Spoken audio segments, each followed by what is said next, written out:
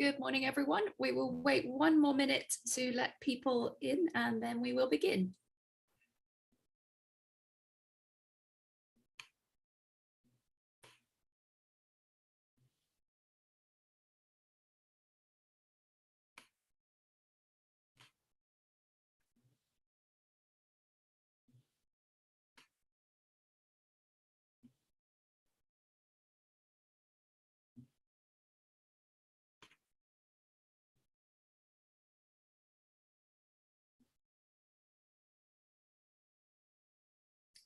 Okay, I think we can get started. Good morning, everyone. Thank you so much for joining us at the Global Initiative Against Transnational Organised Crime here this morning for a very exciting talk on conflict economies and urban systems in the Lake Chad Basin.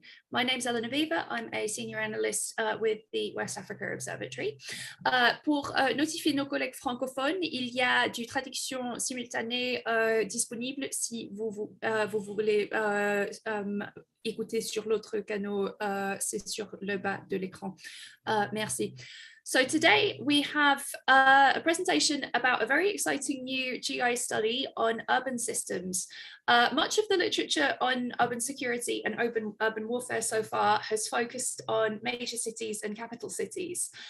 This study, Conflict Economies and Urban Systems in the Lake Chad Basin, takes a slightly different approach and examines the role of small and mid-sized cities in a conflict economy. What they'll tell you is that urban areas are a critical source of revenue for armed groups such as ISWAP. Urban hubs such as Maiduguri and Mairua, as well as smaller towns like Bagasola and Bolton Chad, play a really important role in the revenue streams and financing and sustenance of armed groups. And there's an important longer-term question here. The rate of urbanization in the region is already extremely rapid. So what happens to a conflict economy when these towns and cities keep growing? This report takes the view of these towns as urban systems, a town or a city with routes leading in and out of it, its own food and water systems, its own economies, both licit and illicit, and its own set of population movements. And so to understand, to help us and to help explain how we can integrate this urban systems approach into our understanding of conflict, we've got a really excellent panel joining us today. First of all, we have Antonio Sampaio. He is the thematic lead at the Global Initiative on Urban Violence and Illicit Economies, and he is also a senior analyst and has been both a journalist and a researcher, particularly on urban security and urban violence for many years. Bobo Musa is a consultant and researcher based in Marua. He is an expert on the far north of Cameroon, the Lake Chad Basin, and he's a frequent researcher and collaborator with the Global Initiative. Finally, we have Lawan Danjuma Adamu.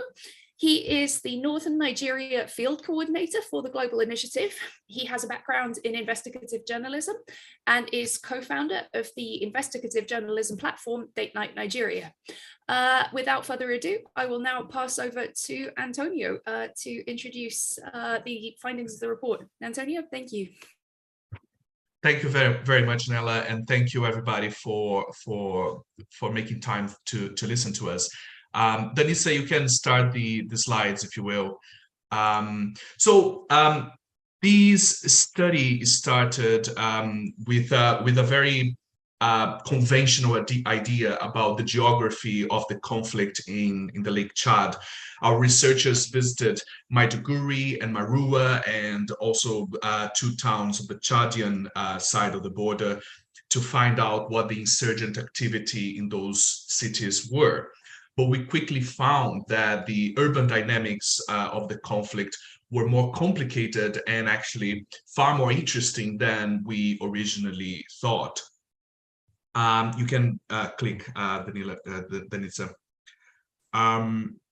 Next slide. The conflict involving jihadist groups and the government in the Lake Chad region, like many conflicts around the world, seem at first glance quite rural. Jihadists are firmly based in sparsely populated areas close to the Lake Chad itself, or in Sambisa Forest, for instance, in Nigeria's northeastern Borno state.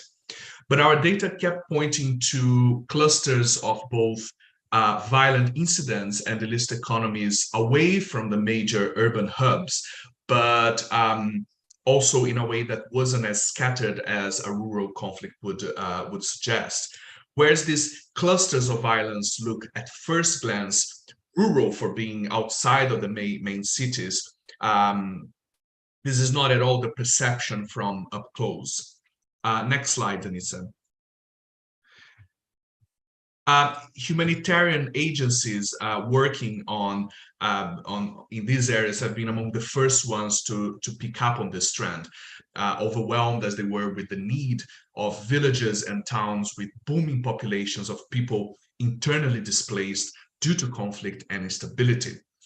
We gathered data from an OECD project that tracks urban populations even in very small communities, and discovered the picture that you see there and is also present in the report of a very accelerated urbanization in a region with scarce resources to cope.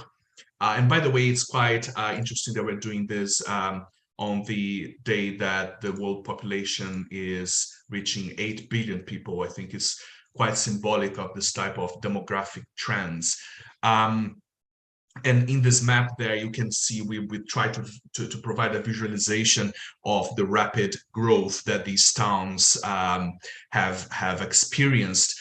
Unfortunately, the data from the OECD is a very interesting project called Africa Police, which is quite unique in providing data on population numbers for urban areas in Africa, not just for the big cities, but also for the very, very small ones. So basically, all the urban areas in Africa are theoretically tracked in that tool. But unfortunately, the time frame for that is a bit old. The latest data comes from 2015 in some cases. So it's not perfect, but it does provide an idea of the rapid growth that many of these towns have experienced in just a space of 15 years. Of course, in a very impoverished, very poorly serviced an area with poor infrastructure and coping mechanisms to cope with this rapid growth. So this map allows us to illustrate the immense growth that these towns have faced and the trend towards rapid urbanization that has likely continued, given that West Africa is one of the most rapidly urbanizing regions on Earth. And that is, we believe, a underappreciated and under-researched challenge in not only in Africa, but in many developing and fragile regions. So as an example, there's an estimated 26% of Africa's urban population that lives in towns of less than 50,000 inhabitants. So it would be a mistake to think of the impact of Boko Haram and the Islamic State in Nigeria and Cameroon as purely rural. There is a constellation of these smaller but rapidly growing urban areas that have been systematically predated upon by armed groups, precisely because they have grown into veritable towns without much protection, law enforcement, or infrastructure. So these towns concentrate not only people who are increasingly vulnerable to predation by armed groups, and in many cases risk being displaced from their shelters for a second time, but they also serve as important hubs for food production, economies that are the economic drivers in the region, especially fishing and pastoralism. The concept of the regional urban system used in this report refers to a group of communities close to each other geographically that have over time developed important linkages, codependencies, and economic specialization. Towns concentrate warehouses, distribution systems, markets, and road connections vital for supply chains, feeding into larger regional cities, which are Maiduguri and Marua, mainly in that region. And from those cities further away, including in foreign countries and in big urban hubs like Lagos and other important urban hubs. Next slide, please. So how does the conflict economy operate around the Lake Chad's urban system? There are four ways. First and most violent of all, violent extremist groups raid small towns to loot supplies such as food and medicine, causing deaths, displacement, and clashes with government forces that lead to more deaths. But often the bad connectivity infrastructure and lack of protection in these towns mean that security forces only arrive after the insurgents are gone, so placing these communities in very vulnerable positions. And actually, I mentioned the humanitarian sector before. The humanitarian community, the agencies, they have the vulnerability of these towns has been a constant source of preoccupation for them. And the problem of secondary displacement is also very big, because lots of people that are displaced from their villages, they go to the nearest collectivity, the nearest hub of people and buildings and aid, which are the towns. And when they reach them, they establish themselves on the outskirts of these towns. But they are very vulnerable. These towns don't have security or law enforcement agencies or infrastructure, so they are very vulnerable to the armed groups coming again to raid these towns, and then they are displaced again. So a lot of people in the Lake Chad have been victims of secondary displacement.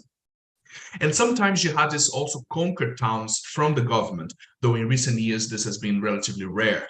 One such town that has become a zone of contestation is the fishing hub of Baga. The Islamic State, more than the other factions, has propagandized the greater protection that they grant to fishermen, pastoralists, and small business people in comparison to government-held areas in exchange for taxes. But of course, many people are suspicious of that guarantee of protection, since it comes with an overlying, threat and limitations on people's behavior. The second way that that the conflict economy operates around the Lake Chad is by insurgents setting up ad hoc roadblocks in different points of these roads that you see there in your screen. Sorry, I had a problem with my computer. So these roadblocks are mobile, they are set up quite easily by the jihadists on motorcycles. And through these roadblocks, the jihadists charge taxes from drivers and even issue receipts. But there have also been reports of large cargo loads from trucks being confiscated arbitrarily, and thefts likely conducted by a more radical faction of Boko Haram. Under this category, along the roads and sort of remote exploitation of urban systems, we can also include the remote taxation of traders located in larger cities such as Marua or Bagasola in Chad, with money being charged to traders over the phone under threat of having their goods confiscated. In case they don't pay, the goods are confiscated during transit along the region's roads, as they traffic quite frequently between Nigeria, Chad, and Cameroon. The third way is that jihadists, particularly the Islamic State in West Africa province, have established alternative markets in areas they control. It's not clear that the insurgents have established these markets, but these markets are sometimes new markets are established near areas that the insurgents control to profit from the disruption caused by conflict in more traditional markets. So, for instance, fishing markets have been established in areas further away from the Nigerian military, such as the Marti local government area in the port town of Kusehi. So these markets end up serving as replacements for more traditional markets, such as the Baga market, that have been cut off by insurgents and due to the instability. And these new markets, they benefit from the relative stability that the insurgent groups provide in their own territories. So the instability they cause in government-held areas ends up benefiting these alternative markets in their own territories. Finally, and more straightforward, regional capitals such as Marua and Maiduguri serve as hubs for trafficking economies that are operated by criminal networks, but frequently interact and sometimes cooperate with violent extremist groups. Flows of tramadol, which is widely used as a stimulant by insurgents and common people alike, have been particularly common in Marua. Just one apprehension of a cargo heading to Marua in January this year revealed 48,000 tablets of tramadol. Sadly, drug trafficking, including cocaine and cannabis, is a common practice among internally displaced people due to the huge economic disruption brought about by the conflict. Maiduguri is also used as a hub for the so-called ant trafficking, or arms small suppliers plying the routes to and from the Sahel and Libya. Maiduguri is also well known for its role in the sale of stolen cattle linked to the jihadists. It concentrates some of the most important cattle markets in West Africa, but certainly in that region of the Lake Chad is the main market for cattle sale, and lots of people from many countries go to Marua to buy them. So even though authorities have taken steps to increase checks on livestock in Maiduguri, insurgents are still estimated to bring about 20 heads of cattle per day to the market, according to our field research, thanks to a network of accomplices and informants. Next slide, please. These four categories provide a picture of a guerrilla-like strategy to access urban resources. Their economic strategy, the insurgents' economic strategy, is based on the selective disruption of urban economies, targeting different points in supply chains and trade flows. Through this, jihadists are able to control economic flows, tax different routes at different times, divert goods into areas they control, for instance, by disrupting fish supplies to a certain city, and explore major city markets through covert networks. Through this manipulation of city-bound trade, Islamic State, and to a lesser extent the JAS faction of Boko Haram, are able to retain their illicit revenue streams despite not controlling many urban areas themselves, and despite facing increased pressure from the Nigerian military.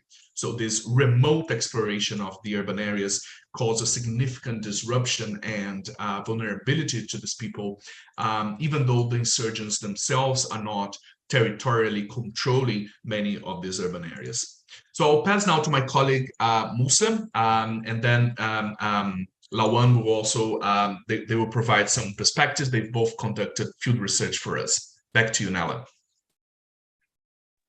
Thank you so much, Antonio. That was extremely interesting. We'll pass to keep an please. I've noticed that there's a few questions coming in. Please do keep your questions coming into the chat, or feel free to ask them live at the end of the session, and we will address all of those once our presenters have finished speaking. We will now pass over to Bobo Musa. Musa Abu.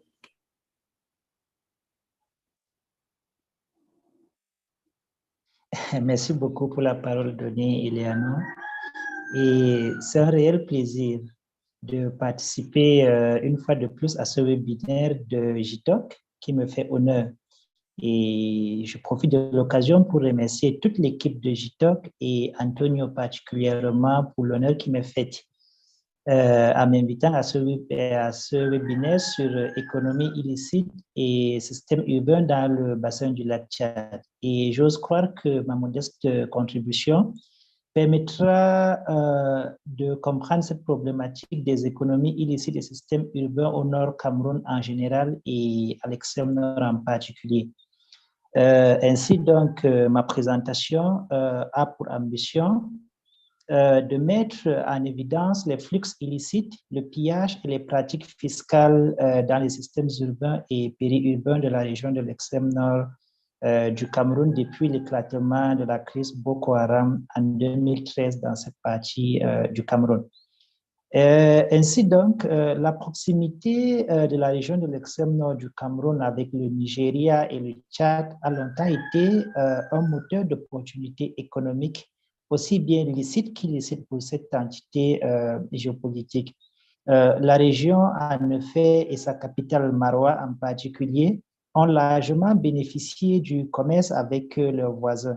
mais la même position géostratégique qui donne à la ville son dynamisme économique l'a également placée dans une position de vulnérabilité, et ceci dans le contexte de l'insurrection de Boko Haram et ses effets dévastateurs. Le conflit armé et ses retombées sur le nord du Cameroun ont considérablement modifié l'économie politique de Maroua, contribuant donc à réduire certaines de ses activités commerciales internationales licites et à renforcer et à étendre les réseaux des économies illicites. Avant donc l'escalade du conflit au cours des 8 dernières années, Maroua avait longtemps constitué un important pôle économique pour les Camerounais désireux d'acheter des biens bon marché. La ville fait partie des réseaux commerciaux dynamiques, la reliant aux villes frontalières de Limani, Kolofata, Mora, Fotokol et Kuseri du côté camerounais, et se déplaçant plus loin au Nigeria avec Banki, Maiduguri et d'autres centres urbains tels que Kano, Abuja et même Lagos. Le déclenchement donc de la crise Boko Haram a perturbé bon nombre de ces réseaux commerciaux et détourné nombre d'entre eux de Maroua. Les multiples attaques terroristes dans cette région ont réduit l'attractivité de Maroua en tant que centre commercial. Dans le même temps, donc, le trafic des produits illicites s'est intensifié dans la région. La ville de Maroua servant de point de transit et parfois de dépôt des marchandises illicites telles que des médicaments contrefaits, des armes, de la drogue, des motos, de l'essence, et qui est communément appelée Zoazoa au niveau local. Donc, les attaques enregistrées depuis 2014 ont contribué à la reconfiguration des routes empruntées par les flux économiques illicites. Ils ont également eu un impact humanitaire important. Parmi ces attentats, les plus significatifs ont eu lieu le 19 février 2013 avec l'enlèvement de la famille Moulin-Fournier à Ouaza et les 14 novembre 2013 et 15 avril 2014 avec l'enlèvement des prêtres catholiques à Tchéré. Les attaques simultanées du 27 juillet 2014 dans la ville de Kolofata et de Dabanga ont constitué un tournant important dans l'intensité du conflit au nord Cameroun. En une matinée, donc, les combattants de Boko Haram ont effectué 2 incursions simultanées spectaculaires en territoire camerounais. Donc, avec comme conséquence plusieurs morts et des personnes arrêtées, notamment la femme du vice-premier ministre, autant pour moi, Amadou Ali à Kolofata. En 2015, donc, la tendance aux attentats terroristes de plus en plus meurtriers a atteint Maroua même, avec des attentats suicides dévastateurs les 22 et 25 juillet, visant un marché et un bar, faisant au total 33 morts. Cette dernière attaque aurait été perpétrée par une jeune fille de 12 ans, dont la violence liée à Boko Haram a entraîné la fermeture d'écoles, étouffé l'économie locale et a fait des milliers de déplacés et de réfugiés à l'extrême nord en provenance du Nigeria. Le nord du Cameroun a été donc fortement touché par le conflit Boko Haram, abritant en 2021 environ 116 000 réfugiés nigérians et plus de 321 000 personnes déplacées à l'intérieur du pays. Et le conflit a également, selon les autorités locales, fait à ce qu'on retrouve environ 170 écoles fermées dans cette partie du pays. Et les multiples attaques entre 2014 et 2015 avaient presque coupé le corridor Douala-N'Djamena avec des attaques des camions à hauteur des villes de Ouaza et d'Abanga. Et à ce propos, donc, un chauffeur ayant été victime d'une attaque de ce camion en 2015 nous fait le témoignage suivant, et je le cite. Les combattants de Boko Haram, au nombre d'environ 50, armés de Kalachnikov et montés sur des motos, nous ont attaqués à hauteur de Ouaza. Nous étions au nombre de 15 chauffeurs dans des camions et ils ont brûlé certains des camions et pillé des marchandises que nous transportions. Par miracle, j'ai pu échapper et j'ai parcouru une distance d'environ 100 km à pied en courant. Et les piquants ont envahi toutes mes plantes de pied et je ne réalisais pas cela en courant. C'est quand je suis arrivé à Mora que j'ai réalisé que je ne pouvais même plus marcher. Et j'ai eu à faire pratiquement 6 mois sur mon lit sans marcher. Donc, alors que Boko Haram étendait sa zone d'activité dans la région de l'extrême nord, les habitants ont observé non seulement une augmentation du trafic des produits illégaux tels que la drogue et des armes, mais aussi d'articles légaux de contrebande pour nourrir les insurgés. Ces articles comprennent entre autres du riz, de l'huile végétale, des pâtes alimentaires, du sucre et même des chèvres qui sont livrés aux combattants de Boko Haram cachés dans la brousse. Les insurgés payent une prime aux commerçants risquant dans le voyage. Donc, selon un soldat local, la contrebande comprend également des articles utilisés dans des attaques terroristes, notamment des piles et du sel utilisés dans des engins explosifs improvisés. Le conflit a créé des obstacles pour le commerce licite et même illicite, mais la variété licite s'est avérée moins flexible que son homologue licite pour s'adapter aux risques importants créés par le conflit. En mars 2018, par exemple, le gouvernement nigérien et ses habitants ont célébré la réouverture d'une autoroute reliant Maiduguri à la ville de Bama et à partir de qui s'ouvre sur les villages ou villes camerounaises de Mora, de Limani. Donc, la réouverture a suivi un processus de déminage, même si des rencontres occasionnelles avec des mines terrestres étaient donc encore possibles. D'autres perturbations ont été causées par la fermeture par les autorités nigériennes des marchés à bétail dans l'état de Borno en 2016, en raison de leur exploitation par Boko Haram pour la vente du bétail volé. Cela comprenait le marché au bétail de Gambaru, par exemple, l'un des plus grands d'Afrique de l'Ouest. En conséquence, dans les flux commerciaux et sociaux entre les principaux centres urbains le long de la frontière entre le Cameroun et le Nigeria ont été sévèrement réduits, avec de graves répercussions sur les moyens de subsistance des habitants. Avant, dans l'avènement de Boko Haram, Marwa était lié à Maiduguri via l'axe Marwa-Mora-Limani-Banki, avec une importante activité commerciale qui contribuait à hauteur de 7 à 8 milliards de francs CFA par mois aux recettes douanières. La crise a coupé cet axe stratégique qui reliait ces deux pôles économiques, provoquant donc des faillites chez les commerçants, tandis que d'autres ont eu recours au long chemin jusqu'à Marwa par un détour important par la capitale économique du Cameroun qui est Douala, située à environ 1600 km de Marwa afin de se ravitailler. Donc, le détour, par exemple, d'un camion par Douala entre le Nigeria et Marwa, il faut ajouter 5 jours au voyage, alors que le trajet direct Marwa-Maiduguri prenait à peine 10 heures de temps. En conséquence, de nombreux commerçants ont réduit leurs commandes et certains ont fait même faillite.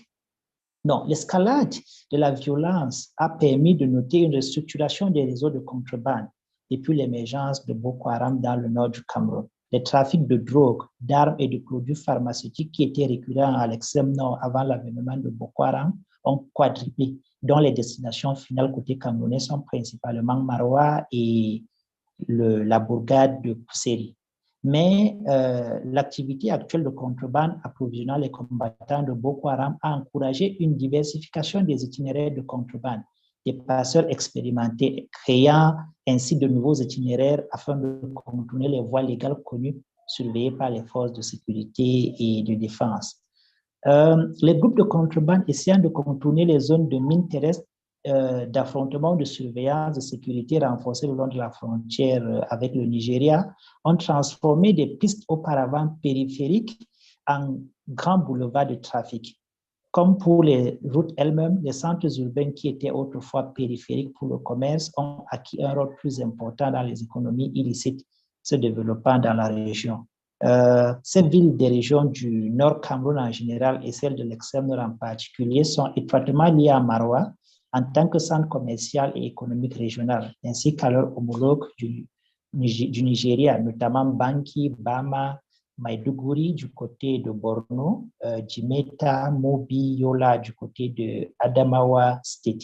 Suite donc à la fermeture des routes et des marchés, la ville de Mobi dans le nord du Nigeria a pris l'importance en tant que plaque tournante pour les trafiquants se dirigeant vers la ville camerounaise de Guider, puis d'autres régions du pays.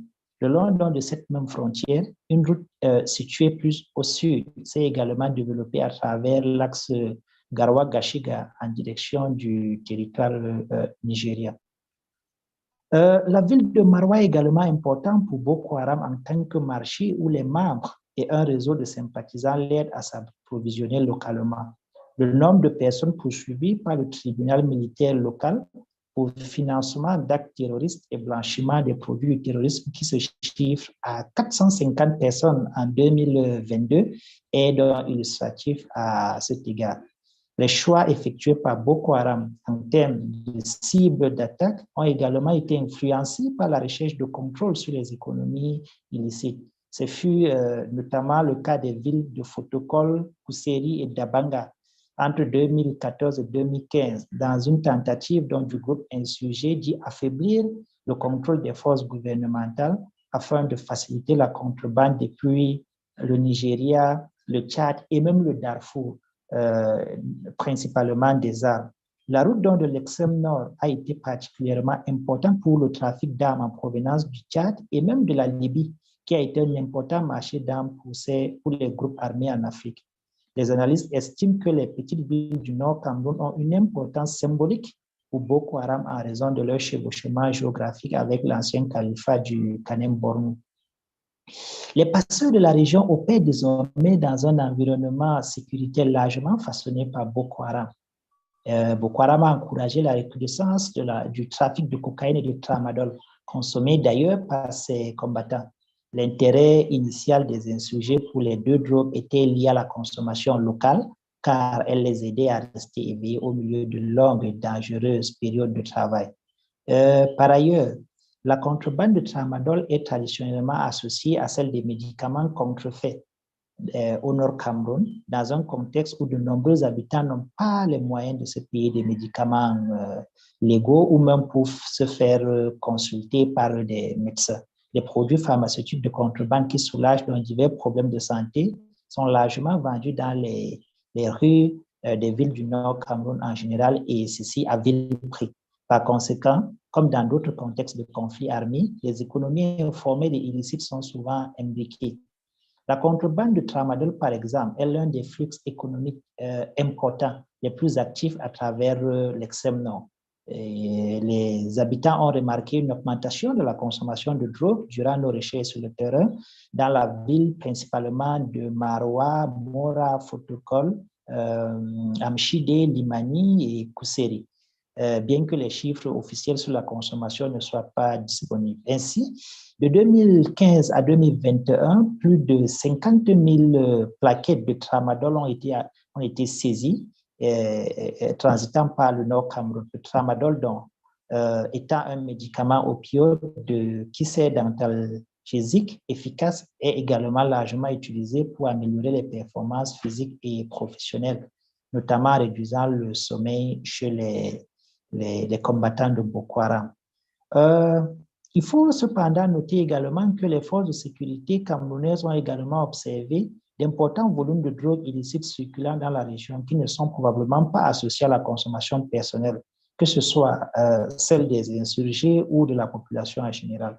Selon des statistiques de ces forces de sécurité et de défense, plus de 2 tonnes de cocaïne ont transité dans la région entre 2014 et 2020 et la section cynophile de la Sûreté nationale positionnée à Kuseri depuis 2016 a permis la saisie de près de 1200 kg de cocaïne et de cannabis, 7000 plaquettes de comprimés de tramadol et l'arrestation d'une vingtaine de trafiquants. Donc, malgré les efforts de surveillance des forces de sécurité, le trafic dans les endroits dangereux de la frontière entre le Cameroun et le Nigeria porte ses fruits. Tant les commerçants des produits licites que les trafiquants y sont restés en affaires, profitant de la hausse des prix à la consommation pour augmenter leurs profits. Ils prennent donc souvent des risques importants pour franchir les frontières malgré leur fermeture. Donc, c'est notamment le cas des trafiquants de carburant qui circulent la nuit pour éviter les agents de contrôle en s'appuyant sur les éclaireurs qui les informent des barrages routiers par des codes lumineux activés à l'aide des lampes torches.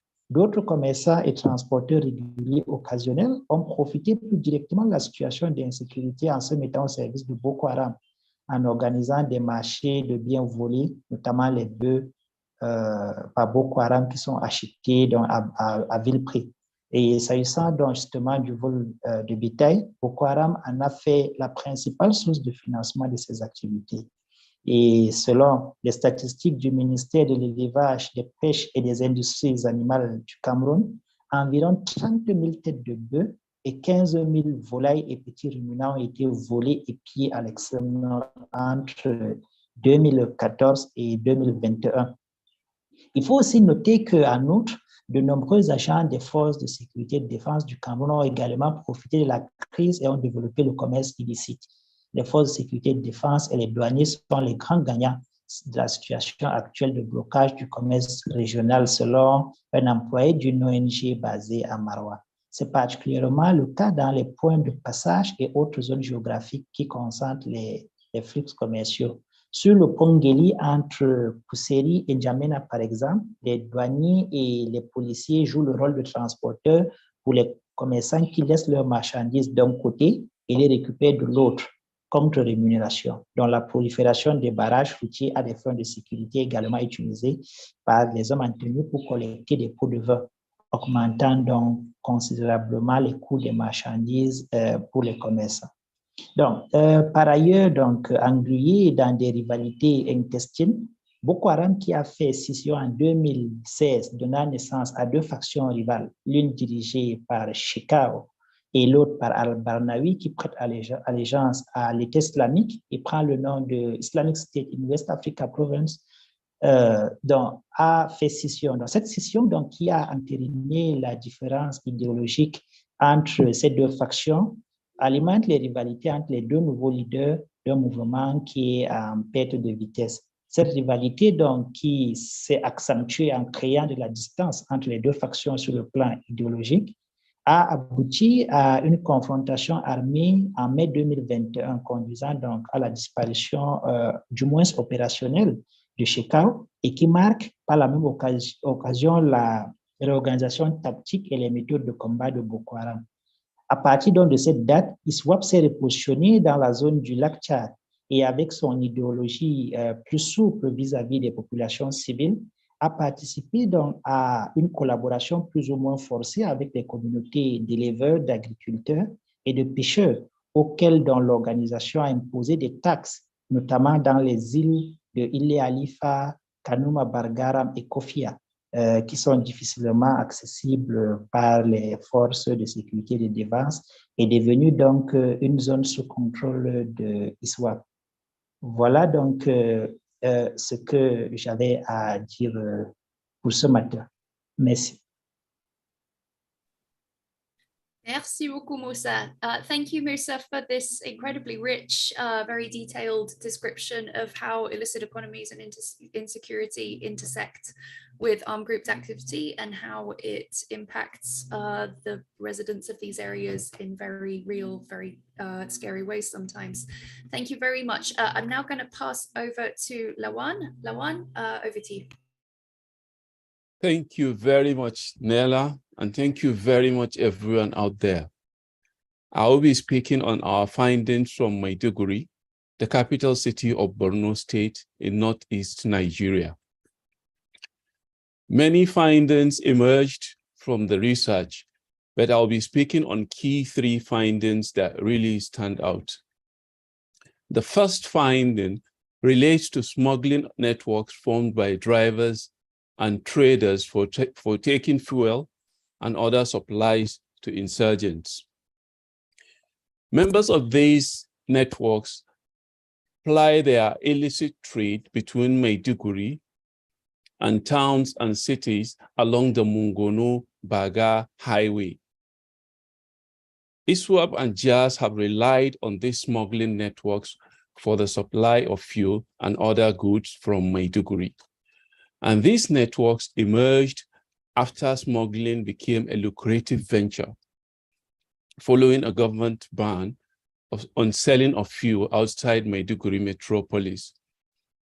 The ban was introduced in order to block the supply of fuel to insurgents so as to hamper their operations, because fuel is very important to the insurgents. And it's well known that insurgents rely heavily on the use of motorcycles and vehicles for their operations. JAS, for instance, carry out raids using hundreds of motorcycles, while ISWAP, on its part, uses trucks and seized military vehicles.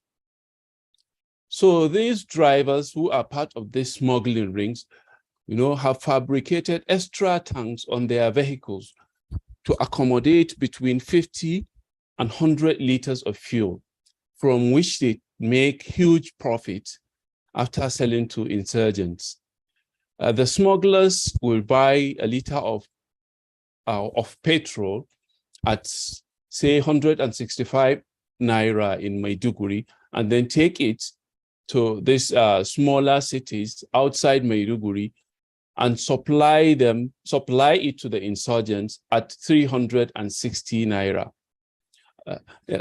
During our interviews at Bagabol station and adjoining fuel station, we directly observed some of these dynamics at play.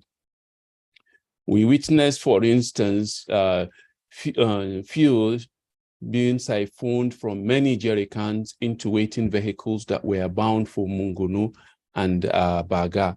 We also saw some vehicles conveying generator sets and solar power equipment to these destinations. Interestingly, the road infrastructure connecting Maiduguri to smaller towns and cities, including Mongono and Baga, has served as an important revenue source for the groups. JAS has been particularly notorious, for extorting and robbing motorists and passengers of their phones, money, and even fuel along the section of the highway. And ISWAP has kidnapped government officials and humanitarian workers on the same road. And another interesting dynamic that is noteworthy about the Maiduguri-Baga highway is the different governance strategies these insurgent groups use in communities and villages. For instance, JAS employs outright attacks and killings to keep people or to bring people under their control, while ISWAP tries to build local legitimacy and earn public trust by offering protection and providing public services like basic health care. It is part of ISWAP protection gimmicks, for example, to go after JAS members and recover items they have robbed from motorists and return these items to their owners.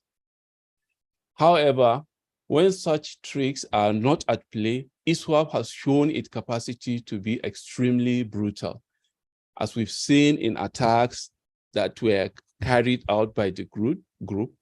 One of such attacks, led to the killing of our 30 farmers at a village under Kalabalgi by ISWAP. They killed these people by slitting their throats. The second point I want to talk about relates to Maiduguri cattle market and the cattle rustling practices of ISWAP and JAS.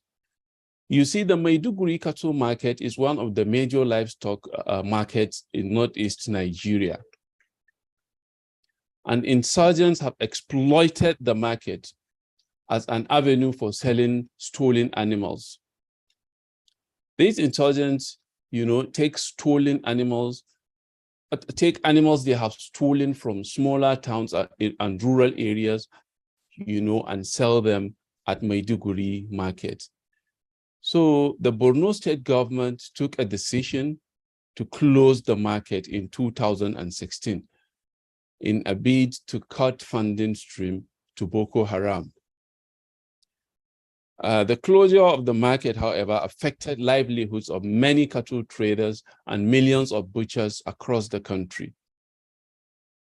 So when the market reopened in 2017, measures were put in place to prevent Boko Haram from selling cattle there. But the groups devised ways of going around these checks.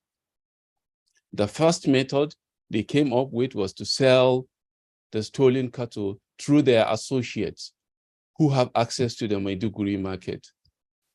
They will identify some of their people or some of their informants or collaborators who will not raise any suspicion when seen taking animals to the market, and then send them to sell these animals for them. And the second method they devised was to take the stolen cattle and sell them at rural markets. These rural markets, are a bit far away from Maiduguri, and unsuspecting livestock dealers will go to these markets and buy these animals, bring them to the cattle market in Maiduguri and resell them. These practices, as we were told, still persist. Sources with knowledge of the market told us that at least 20 cattle are brought to the market on a daily basis by associates of ISWAP and JAS. Just as on the day we visited, in the course of our fieldwork, officials of the market we found officials of the market investigating a case of 6 stolen cows. The cows were intercepted as they were being brought to be sold in the Maiduguri market by armed civilian JTL personnel. Civilian JTL is a local vigilante in Maiduguri. But the suspected cow thieves managed to escape arrest. So the animals were brought to the market just as we were there, and then a search party was sent out of armed civilian JTL personnel to go after the thieves. The third point I want to talk about relates to the dynamic of drugs and human trafficking in IDP camps. The drug trafficking network in camps involves camp officials, security operatives, and the IDPs themselves. The camps are supplied these drugs mainly by suppliers who are based outside the camps. So they identify some of the officials or some camp members or security personnel or even male IDPs and, hand them over these drugs. And these male IDPs or these officials will in turn supply the drugs to female IDPs who will now sell the drugs to the final consumer.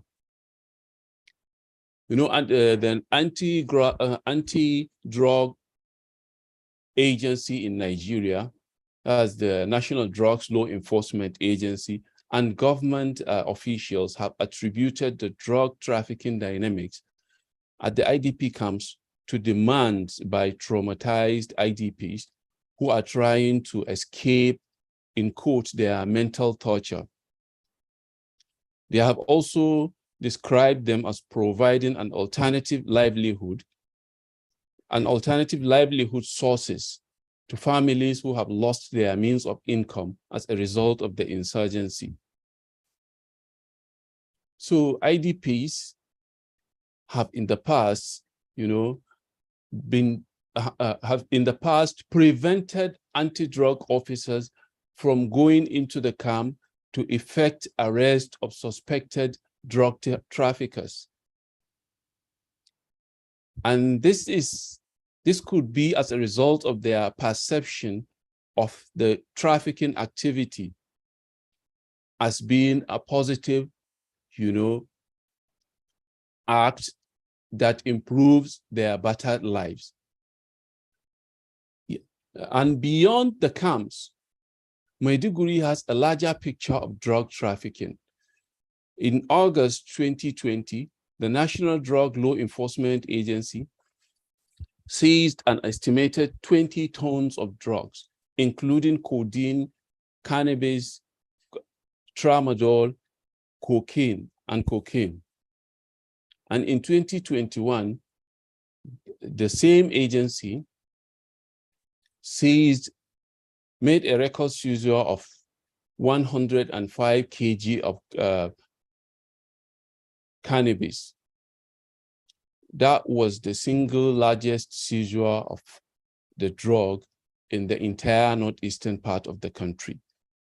And I remember an official of the agency telling us that the hole was so enormous that 3,000 people could be smoking it. If 3,000 people, keep smoking the stuff, that's the seized drug for 3 years, it will take they will not be able to finish it. That is about the size of this seizure. And the drugs dynamics in Maiduguri has a serious connection, to activities of some security and law enforcement agents.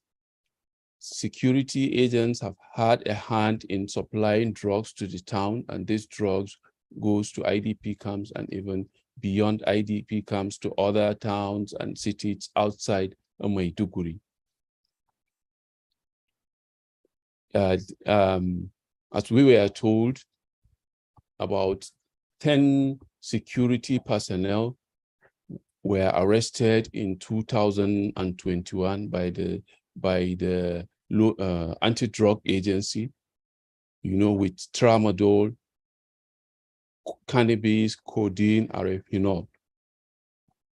Another issue that also thrives at Maiduguri IDP camps is the issue of human trafficking, which has a strong gender dimension. And this gender dimension has seen women playing a greater role than men. Traffickers from within Maiduguri metropolis will identify some women within the camp and then use them to traffic out young boys and young girls from the camp. And these boys or girls are sent to houses of wealthy individuals to serve as housemates or domestic servants. This is prevalent, and a lot of girls and boys have been trafficked in this manner. Some of them have even been trafficked outside Maiduguri or even outside the country. These are some of the key points I intended to share with you, and thank you very much for the opportunity. Thank you so much, Lawan. I'm going to quickly pass back over to Antonio for a few concluding remarks, and then we will take questions. Thank you. Thank you. Danitza, if you're still there, if you could share the slide again.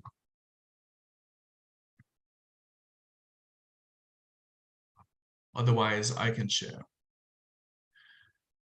But basically, the result of these dynamics that we've been discussing of exploitation of urban areas has been profitable for the jihadists, but also highly destructive for civilians, as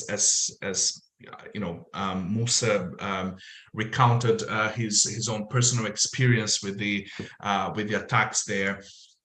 So routes that connected towns and cities in this vibrant but ancient sort of roots. Then it says the last slide. Yes, that's the one. Yeah. So as you can see there, we've done this map based on research by the OECD's West African Sahel Club. They've mapped these sort of urban system disruptions in terms of economic disruptions. The concept of urban systems is not entirely new. It comes from a very long tradition of economic research, and is frequently used by economists, but not very frequently used in security and conflict studies. So these routes that you see there, they are disruptions, sometimes severe disruptions, sometimes complete closures of roads. Border areas have been closed or severely sort of reduced, or in an attempt by the governments to control these movements of armed groups, and also the illicit flows that we've been discussing. One of the primary reactions of governments in recent years has been to try to stop the supply of these things, so prohibiting the trade in some things, and severely, for instance, at some points closing the cattle market in Maiduguri, which has led to immense disruption, suffering, unemployment, economic issues for people operating the legal trade. So these measures have been quite, by the governments, have been quite disruptive as well. Towns that were important nodes in the system have also been deserted or stripped of their economies, serving only as pillaging grounds for insurgents. You can see in this map some areas, some towns that have been important markets that for certain products such as fishing, cattle, fuel, and other important items of the area to close, basically, or sometimes to be disrupted over long periods of time. So socioeconomic development, some of the broader impacts of these trends has been the socioeconomic development in communities that are part of this interdependent system, even those considered secure, is compromised due to the loss of food-producing towns, key routes, and increased costs from insurgent taxation. So I've cited the example of Marua and Bagasola, in which, even though the insurgents are not controlling spaces in those cities, although they are in many ways present, they can conduct extortion via the telephone. So that is quite common, especially in Bagasola, which is the base for a big multinational security force operating against Boko Haram. But even there, traders get these telephone calls and they have to pay, otherwise their supplies get attacked or retained or stolen as they make way in these roads and towns in the area. Local and national businesses have also gradually shifted trade routes and suppliers away from the Lake Chad region, resulting in new long-term connections with other urban systems and further harming development prospects in the region. So supplies and supply chains and food products, the origin points of these and the sort of business connections have moved away from the Lake Chad region itself and to other regions, such as other cities in Nigeria and in the region, in order to diversify and to hedge these the shops and these businesses from the unreliable supplies from the affected areas of the Lake Chad. And this has a harmful impact on the Lake Chad urban system as a whole. So even businesses located in Maiduguri, which is somewhat protected from these raiding and looting, they are affected because the supplies get reduced, the prices, the routes get longer, the costs increase, security costs increase, of course, as well. So these are some of the, I think we've been speaking for an hour now. We should stop and let you who are watching us to speak as well and to ask questions. But basically, in the report that has been published and is freely available on the Global Initiative website, we provide some recommendations for national, regional, and foreign stakeholders to tackle some of these issues. This includes a more targeted security for towns that have grown but remained unprotected, as well as national urban policies and socioeconomic measures to provide legitimate economic opportunities and strengthen the legal trade and investment links within the Lake Chad urban system. It's not easy, but we think that focusing on better urban development, a stronger service provision and presence of legal economies can help gradually shift these illicit dynamics into licit ones. So back to you. Thanks a lot. Thank you so much, Antonio, and thank you so much to all our panelists. It was a terrific set of presentations. So we have quite a few questions in the chat box and a few comments as well. Antonio, I'm going to start with you and ask you to address those of Rafael Moreto's comments that you would like. And it seems that one of the questions that comes up a lot, and a question that's been mentioned by you and Grant as well, is what is it that security services can do as far as illicit economies go? We've just heard a lot about the risks of militarized responses trying to clamp down on illicit economies, but is there anything that they could or should be doing? I'll pass to you first, and then I'll come back to Lawan and Musa to see if they want to jump in on that, and then we'll take some more questions. Thank you.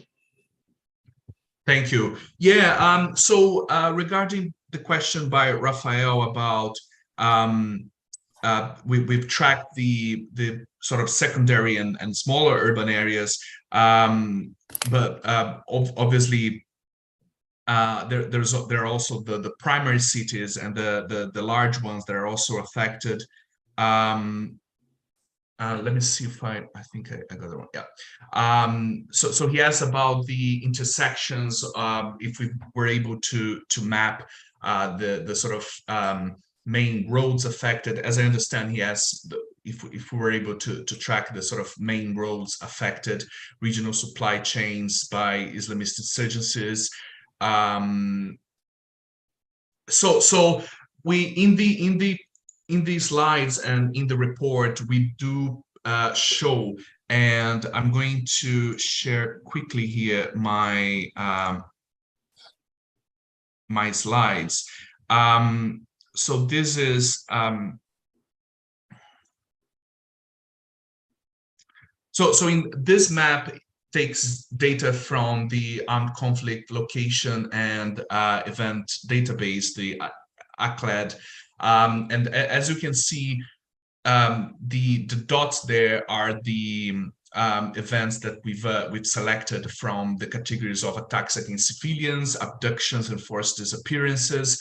And as you can see, it strongly correlates with the roads between these urban areas and many times also in town. So you can see in the upper corner of this map, you see Baga, which has been a sort of a buffer zone, or not a buffer zone, but a frontline area in this conflict, with the Islamic State frequently invading and conquering, and then the government returning. So there's a strong correlation between the what we are calling the urban system, the roads and the towns and the cities, with these attacks. The issue in terms of trying to prevent that is that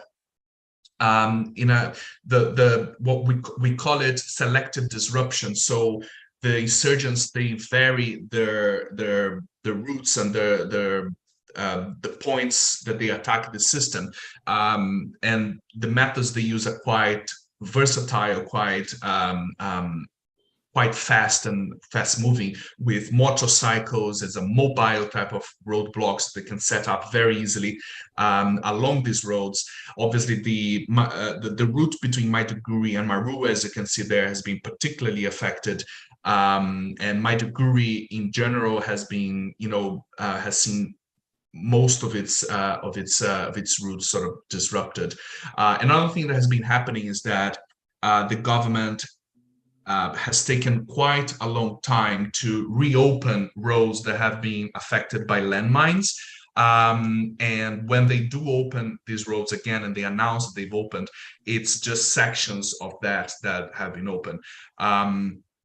So that prevents businesses from quickly sort of returning to the supply chains, returning to their old sort of social, human, economic flows between these cities, because they remain closed for a long time after they get attacked. Sorry. There's also been a question about responses, as Nella said, and counterinsurgency measures. One of the tactics, the approaches especially by the Nigerian military, has been to set up what they call super camps. So since they were having difficulty moving to and from different areas and points, as you can see, the conflict in Borno State is quite dispersed. Obviously, there is a big concentration along the Cameroonian and Nigerian borders. But there is a lot of stuff happening in other areas as well. They've opted for establishing some areas of strong security in some towns, establish super camps in which they reinforce, they concentrate their presence, and from there they move to other areas as needed. The problem with that is that it has not tackled the problem of road disruptions and the looting in town. So the communities and businesses and people in those other towns, they cannot rely on security provided by the government, because usually they can't arrive in time. So the counterinsurgency has been held back by this inability or insufficient ability of government forces to reliably secure roads and towns beyond their super camps. Another approach that has been quite common, not only in the Lake Chad, but also in other areas of the Sahel and Mali, and the national parks area, which has been a topic of another study of ours, has been the economic approach by governments of banning or banning and forbidding some economic activities, and some border areas have been closed permanently or for very long periods of time. After, with the extensive use of cattle rustling, of cattle selling, trading by Boko Haram, the cattle market in Maiduguri was closed for a very long period of time. And what that causes is significant disruption with civilians. And we've talked to people who have been, even in government agencies in the region. And usually there seems to be a growing consensus that these measures of closing and trying to severely limit the supply of illicit flows to the insurgents by banning all of the trade in certain products, or banning or closing border crossings and markets, has not been very good. It has not worked very well, because it causes significant civilian disruption. And at the end of the day, there's very little concrete result to show for it, because through the sort of criminal networks, smuggling networks that are very well established in the region, the insurgents are able to bypass these controls and establish alternative routes, and the civilians are the ones that suffer the most. So the military and the economic responses by governments have not really been able to establish a reliable provision of security to this urban system, and the insecurities and unreliability of certain routes and many towns that used to be quite important for fishing, for hunting, for agriculture, have not been established as reliable sources of these things. So the urban system as a whole ends up suffering. So yeah, I'll pass on to Musa and Lawan if they want to add something. Musa and Lawan, before you add on any comments you might have here, I will also pass on some other questions to you because we have quite a few. Lawan, maybe we start with you. We have two questions from Ngozi Louis Uzoma. He wants to know, firstly, about IDP camps around Maiduguri and why there aren't more of them, whereas IDP camps in places like Bama are incredibly overpopulated. Is this an urban planning issue? And secondly, is the relocation of the regional cattle market from Bunki southwards to Mubi an organic move or a government strategy to try and stifle funds for ISWAP? So I'll pass those two to you, and then Musa, we will come to you next. Thank you. Okay. Thank you very much, Nella. The first question, I think the idea for locating IDP camps around Maiduguri, the state capital, was forced upon the state government. It was not an act of government that was planned for. It was an outcome of, influx of IDPs from different parts of Maiduguri, which started after 2013. 2013 was the year when civilian JTF, that's a local vigilante supported by the military, flushed out Boko Haram from within Maiduguri metropolis. That action pushed them to areas outside Maiduguri, where they now started attacking communities, burning villages, stealing cattle, stealing food, burning food items, and then also establishing themselves as rulers of such places.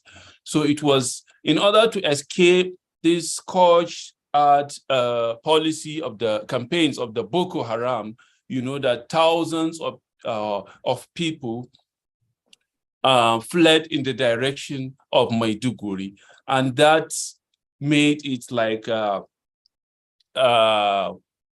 compulsory upon the government to accommodate them in the city. And let's not even forget that aside Maiduguri, the IDP population was so huge that some of them found their way to other states in the northeast, the northwest, and even the north central.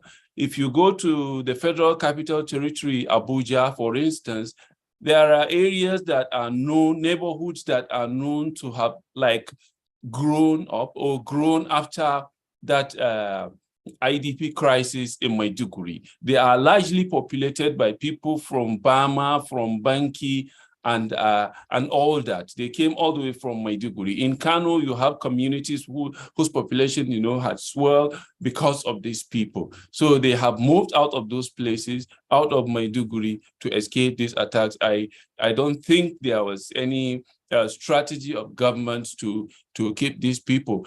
But recently, there have been moves by the state government to get these people back to their communities in the wake of some military successes, I will call it, that had succeeded in pushing Boko Haram out of their communities. So most of them have now gone back to their homes in their original places of abode. The second question, which is about the relocation of cattle market from Banki to Mubi, that Ngozi asked, I would say Mubi already has an international cattle market that has been in existence for several years. It's an international cattle market too, and it was attacked, I think, about 7 years ago by Boko Haram sect. The one in Banki, I think maybe Musa should be able to shed more light on it, hasn't prominently been captured in the issue of Boko Harams, in the attacks launched by Boko Harams on cattle markets. The one that's been prominent is the one in Maiduguri and Mubi, the one also in Yobe, that's the next state from Maiduguri. So maybe I will leave the question to Musa if he can add something to that. Thank you. Absolutely. Thank you so much, Lawan. And Musa, while we have you, could I also pass you Ewan's question about the illicit trade in motorcycles? This is something that we've looked at across West Africa, and we should have some work in the Central Sahel about this coming out soon. But can you tell us a bit about the role of the illicit trade in motorcycles in the Lake Chad Basin, and also come back on the Baki cattle market as well? Thank you. Merci beaucoup, Eleanor. Je crois que je vais d'abord revenir sur la première question qui porte sur les axes routiers qui ont été affectés par la crise Boko Haram.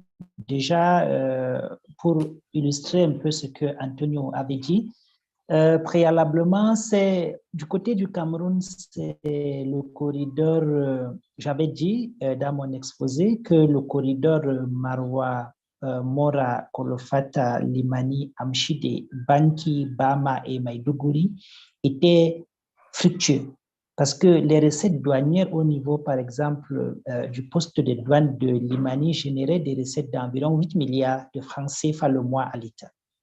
J'avais dit. Cette taxe, donc, avec l'intensité des actions de Boko Haram, a été donc coupée.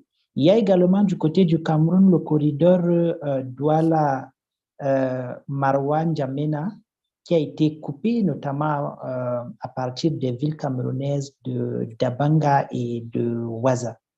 Parce que Boko Haram avait intensifié ses activités à ce niveau pour mettre en place une violence dissuasive et permettre donc le trafic de ces armes et d'autres produits illicites. Également se ravitailler parce que sur cette axe transite un minimum de 2000 camions par jour à destination du Tchad. Donc, voilà pour ce qui est des axes qui ont été touchés pour le Cameroun. Et pour ce qui est des mesures, comme Antonio l'a tantôt soulevé au départ, les gouvernements ont mis en place deux types de réponses. Des réponses opérationnelles et des réponses conservatoires dans le cadre de la lutte contre Boko Haram. Déjà, au niveau national, chaque État s'est organisé à son niveau. Le Cameroun a mis en place 2 opérations militaires qu'il a dénommées Opération Émergence, qui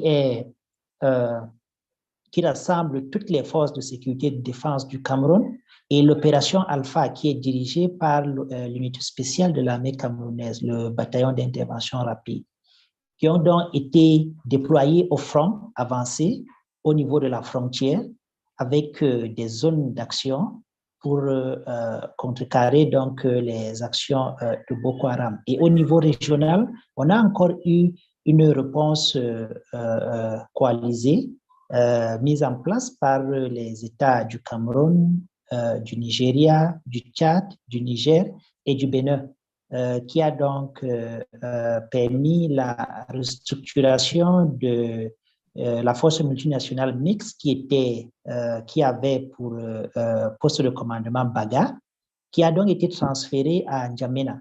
Et on a donc sectorisé les zones d'action. Au Nigeria, c'est le secteur 1 est au Cameroun, à Mora, le secteur 2 au Nigeria, à Baga, le secteur 3 au Tchad, à Bagasola, et le secteur 4 au Niger, à Difa. Donc, voilà pour ce qui est des réponses militaires dans le cadre de la gestion de la crise Boko Haram. Et au niveau national, chaque État s'est organisé et a mis en place des mesures conservatoires.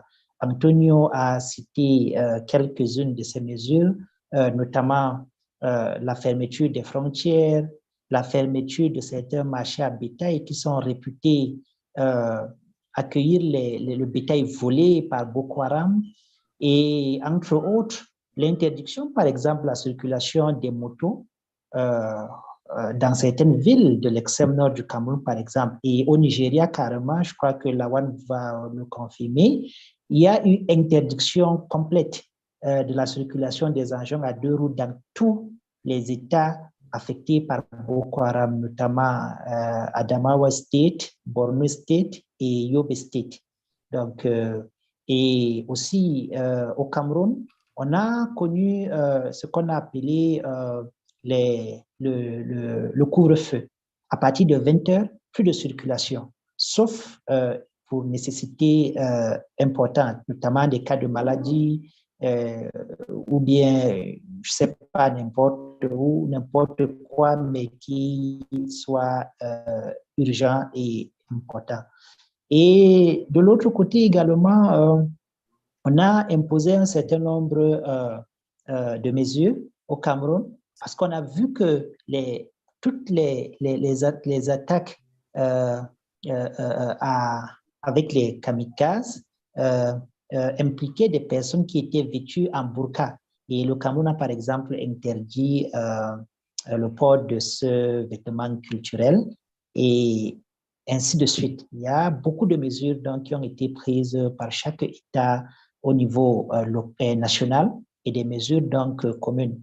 Il y a par exemple l'opération Safe Corridor parce que l'axe Maïdougouri, Bama, Banki, Limani, comme je le disais, était coupé alors que c'est un important axe stratégique, un important pôle économique. Donc, il y a une opération concertée du secteur 2 de Baga au Nigeria et du secteur 1 de la Force multinationale mixte qui ont déployé une opération Safe Corridor qui a été activée en 2018 et qui permettait donc d'escorter des commerçants à partir de Banki à destination de Bama et Bama prenait pour Maïdougouri ou alors l'inverse, Maïdougouri, Bama, Bama, Banki et puis Limani.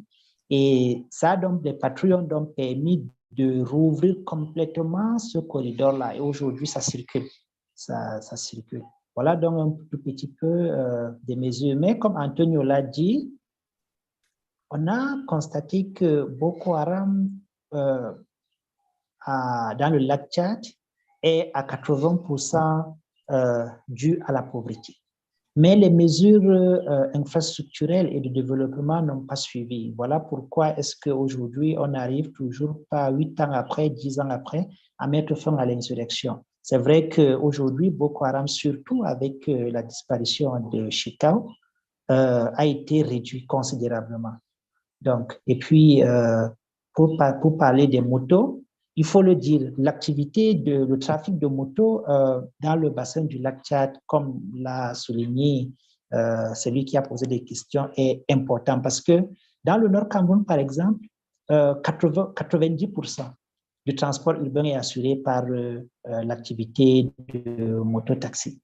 Donc, il y a, par exemple, dans la ville de Maroua, un minimum de 10 000 motos qui assurent l'activité de transport urbain dans la ville parce que à partir de 86, avec la crise économique qu'avait connue le Cameroun, l'État n'avait plus le moyen de faire fonctionner la société de transport urbain qui existait. Donc, cette société allait en faillite et du coup, la moto qui se vend du côté du Nigeria à vil prix parce que une moto TVS, par exemple, de marque japonaise est vendue au Nigeria à hauteur de 250 000 francs CFA, 300 000, 200 000 même parfois selon des périodes. Et ça fait que c'est devenu, et avec le problème d'infrastructure routière que nous connaissons dans le Nord Cameroun, la moto s'est donc imposée en tant que principal mode de transport dans cette partie du pays. Voilà, et je vous remercie, Eliana. Merci. Formidable. Merci, Moussa. Thank you, everyone. I see we have a few more minutes, and I see that Obi has had his hand up for some time. Obi, would you like to pose your question, please?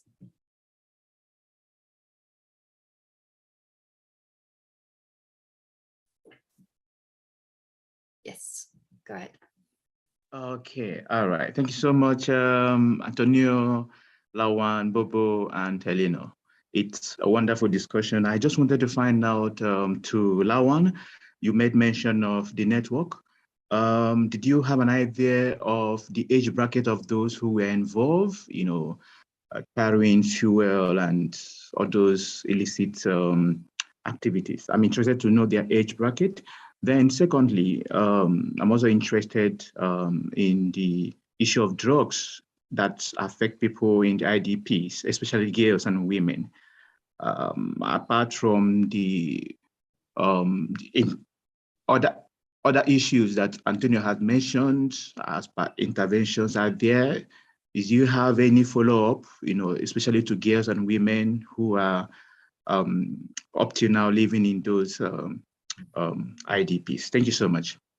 Thank you, and thank you, Obi. So I've just noticed we have one more hand up from Ngozi Louis Uzoma. Ngozi, can you please ask your question quite quickly, and then I'll ask the panelists to quickly respond, and that will be our last one for the evening. Thank you, for the morning. Thank you. Yeah, thank you. Please, sorry for taking your time. The area, traditionally, they are known to respect the traditional institution. When I went to the Shehu's Palace, the information I got is that the 1979 local government reform has removed power from the traditional institution.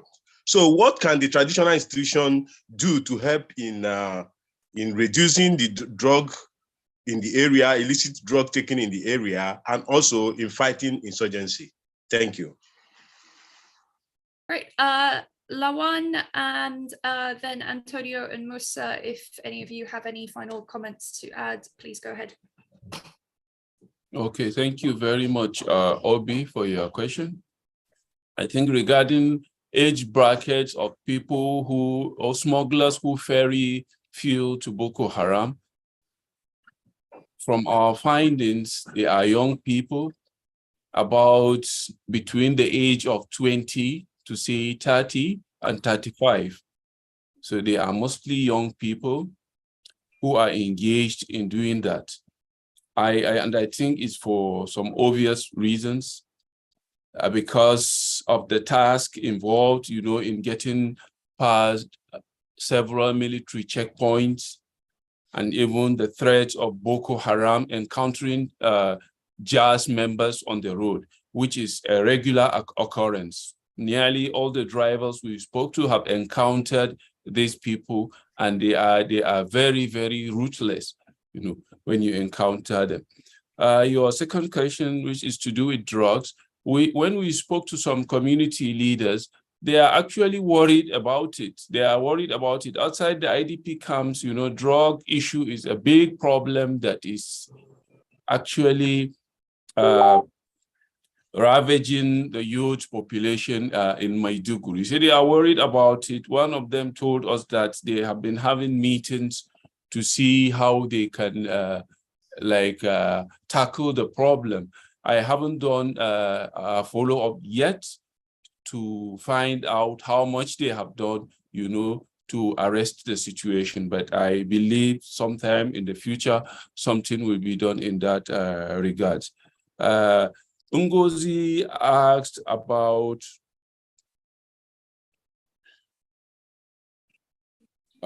drugs in IDP camps. Was that the question? Sorry. No, sorry. This one was about the role of community leaders in conflict reduction. Okay, sorry, I mixed them up. Okay, my last response was meant for this this question. Why I will go back to the second question raised by Obi, which is on drugs at IDP camps. I think most of the IDP camps around Maiduguri have been shut. They have closed, and people have gone back to their communities or have taken shelter with relatives within cities and other communities around Maiduguri or outside Maiduguri. However, when we had a chat with officials of law enforcement, the Drugs Law Enforcement Agency, they are actually worried and working on it to see that they sensitize people, especially the IDPs, about the dangers of taking drugs and relying on these drugs, as a way of escaping their mental torture. They have been organizing workshops and other conferences, talking to leaders from where these IDPs have come to Maiduguri to get this message to sink down to the affected people. They have also doubled down, they say, on arrests and trying to block the loopholes that allow drugs to come into Maiduguri in the quantity that they have been coming in. I will allow Antonio and Musa to say something if they have. Thank you, Lawan. Antonio and Musa, if you could each keep your answers to about a minute, that would be amazing. Yeah, Lawan has been very comprehensive. I'll just say that regarding the role of traditional and local authorities, this is an issue that is, I think, another issue that is quite severely underappreciated, under-researched, and underrepresented in the policy discussions. And in the small bubble of academics and researchers that deal with, urban conflicts and urban security, there's a lot of optimism about the role that local and traditional authorities can play in broader conflict resolution and counterinsurgency and all of that. One such role, I think, in the Lake Chad could be to work alongside the national authorities and the multinational joint forces that are operating in the region to feed into the national and multinational forces and authorities the priorities from a local perspective of where and how security could be provided in terms of security presence, but also working with national governments for a more comprehensive regional urban development strategy. Because I think we all agree that we're not going to shoot our way out of this. That there has to be an urban development strategy. But then the egg or chicken problem starts. Like, how do you provide the development without the military and security along the roads and along towns? So the two have to be very well coordinated, but local authorities can play a massive role in guiding and establishing priorities for security and development.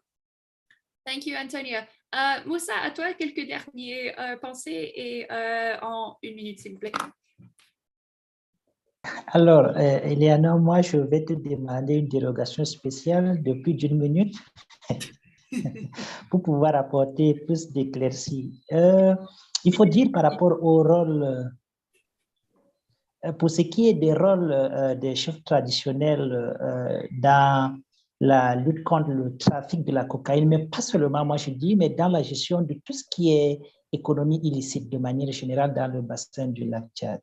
C'est un problème de la déliquescence. L'autorité traditionnelle peut jouer un rôle très capital parce que elle est la personne la plus légitime aux yeux des communautés. Mais aujourd'hui, la réduction de ces chefs, leur statut à des personnes vulnérables à la pauvreté, parce que dans le temps, c'était des personnes qui géraient le foncier. C'était des personnes qui étaient aussi chargées de trancher un certain nombre de conflits. Mais aujourd'hui, de plus en plus, ces prérogatives leur ont été substituées par les autorités gouvernementales administratives. Et ça fait donc qu'aujourd'hui, ces chefs ont été réduits au stade de rien parce qu'ils sont pauvres. Ils n'ont plus rien. Les petites rémunérations que les gouvernements leur reversent sont minimes pour pouvoir vivre. Mais sinon, si les autorités traditionnelles sont remis à leur place et respectés, ils vont jouer un rôle très capital parce qu'ils sont écoutés dans leur communauté respective. Mais le problème, c'est cette statut de misère auquel ces chefs ont été réduits qui fait qu'ils n'arrivent pas à être écoutés par leur communauté. Donc, pour moi, pas seulement dans la lutte contre le trafic de la cocaïne, mais dans la lutte contre les conflits de manière générale, les chefs traditionnels peuvent jouer un rôle prépondérant à condition que leur statut soit revu et qu'ils soient respectés par leur communauté. Voilà donc ce que je peux dire par rapport à cela. Et pour ce qui est de la tranche d'âge des personnes impliquées dans le trafic de la cocaïne, je ne dirais pas dans le trafic de la cocaïne, mais de tous ces produits illicites qu'on a cités, notamment les biens de consommation, le carburant, les motos et tout ce que ça comporte. Selon mes recherches sur le terrain et selon des audiences auxquelles j'ai assisté au tribunal militaire de Maroua, il n'y a pas une tranche d'âge. Parce que, comme on l'a dit, c'est une opportunité économique Boko Haram. Et la pauvreté dans le bassin du lac Tchad ne touche pas que les jeunes comme on le pense, ça touche tout le monde. Tout le monde est victime de la pauvreté. Moi, on a vu des papas de 60 ans, de 70 ans, qui ont été poursuivis pour avoir vendu une chèvre, pour avoir vendu de la nourriture, je ne sais pas, du mil, du maïs à Boko Haram. Donc, ça ne touche pas que les jeunes. Tout le monde est touché par ce problème du trafic dans le contexte. Donc, Boko Haram, c'est devenu une sorte d'industrie où chacun, quand il voit qu'il peut gagner quelque chose en revendant tel ou tel autre produit, alors il est prêt. Il est prêt. Donc, voilà un tout petit peu ce que je peux dire, Eleanor. Merci beaucoup pour ton indulgence. Merci beaucoup. Thank you so much, Musa. Some really interesting closing reflections on the role of customary authorities and whether there's ever such a thing as a demographic, a representative demographic in illicit economies. Thank you so much to all of our panelists. It's been a fantastic discussion, and thank you very much to all of our audience who has stuck with us throughout. We've got a lot more very exciting projects covering a lot of the topics that we've discussed this morning in the wider West Africa region coming out in the following weeks and months. So please do feel free to reach out to us, sign up to our newsletter, and we're always happy to answer questions by email. We'll leave it there. Thank you all so much. Thank you very much.